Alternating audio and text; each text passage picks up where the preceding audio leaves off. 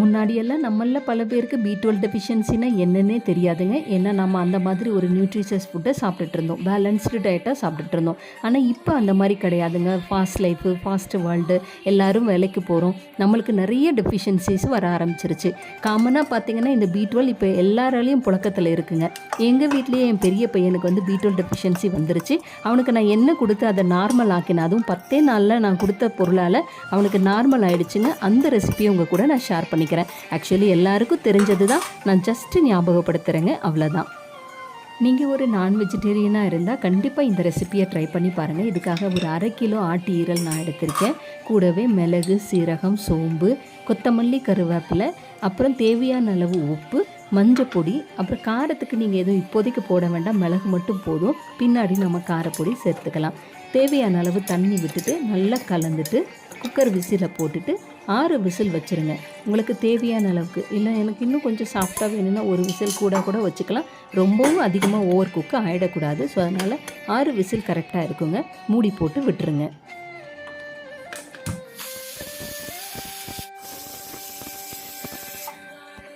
இந்த ஆட்டு வறுவலுக்கு தேவையான ஒரு பொடியை செஞ்சிடலாங்க. இதுக்கு நான் காஷ்மீரி சில்லியும் நார்மல் சில்லியும் எடுத்திருக்கேன். கூட மிளகு, சீரகம், தனியா, இது 3ஐயும் சேர்த்து நல்லா வறுத்து பொடி பண்ணிக்கோங்க. இப்போ நல்லா வறுக்க போடுங்க. வறுத்ததுக்கப்புறம் ஆற வச்சு அதை பொடி பண்ணி இதை எடுத்துக்கலாம்.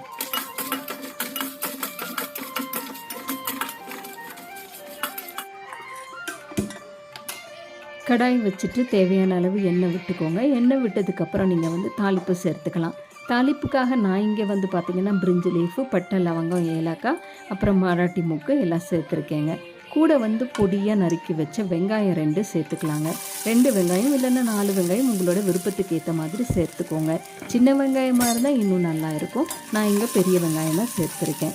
இந்த வெங்காயம் நல்லா வதங்கி ஒரு கிளாஸி லுக்கு கொடுக்கும் பாருங்கள்.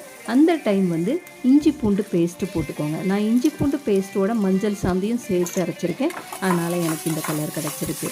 ஸோ இப்போ நல்லா இது போட்டு வதக்கிட்டு இது ஒரு பச்சை வாசனை போகிற வரைக்கும் வெயிட் பண்ணுங்கள். அது போனதுக்கப்புறமா நம்ம பொடியாக நறுக்கி வச்ச தக்காளி வந்து உங்களுடைய விருப்பத்துக்கு ஏற்ற மாதிரி போட்டுக்கோங்க. உங்களுடைய குடும்பத்தில் எத்தனை பேர் இருக்கீங்களோ அத்தனை பேரோட அளவுக்கு ஏற்ற மாதிரி தக்காளியை நீங்கள் சேர்த்துக்கலாம். தக்காளி சேர்த்து நல்லா வதக்கி அது பாதி வேகிற வரைக்கும் வெயிட் பண்ணுங்கள். அதுக்கப்புறம் நம்ம அரைச்சி வச்ச பொடியை இதுக்குள்ளே சேர்த்துக்கலாம். அரைச்சி வச்ச பொடியை நான் முழுசாக சேர்க்க போகிறது இல்லைங்க. எனக்கு தேவையான அளவுக்கு மட்டும் நான் இங்கே சேர்த்துக்கிறேன். இங்கே சேர்த்துட்டு நல்லா அதை வதக்கிட்டே இருங்க. வதக்கினதுக்கு அப்புறமா நம்ம அவிச்சு வச்ச அந்த ஈரலை வந்து இது கூட சேர்க்க போகிறோங்க. ஈரல் சேர்த்துறதுக்கு முன்னாடி வந்து உப்பையும் கரம் மசாலாவையும் சேர்த்துருக்கேன், மறக்காமல். உப்பையும் கரம் மசாலாவையும் சேர்த்துட்டு நல்லா வதக்கி விட்டுட்டு அது கொஞ்சம் நேரம் வதங்கினதுக்கு அப்புறமா நம்ம வேக வச்சுருக்கிற இந்த ஈரலை வந்து இதுக்குள்ளார சேர்த்து சும்மா கலரி விட்டுட்டு அதை மறுபடியுமே நான் எடுத்து குக்கரில் வச்சு ஒரு விசில் வைக்க போகிறேங்க.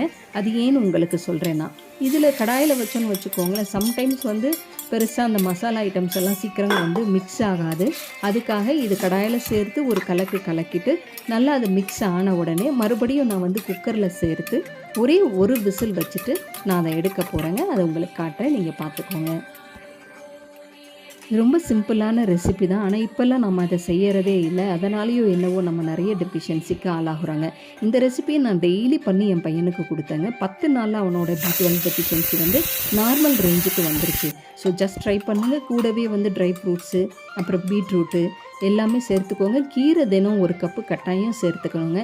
எல்லாம் சேர்த்துட்டு உங்களுடைய ரேஞ்சை வந்து செக் பண்ணி பாருங்கள். கட்டாயம் இது வந்து நார்மலுக்கு வந்திருக்கும். ட்ரை பண்ணி பார்த்துட்டு என்ஜாய் பண்ணுங்கள். வணக்கம்.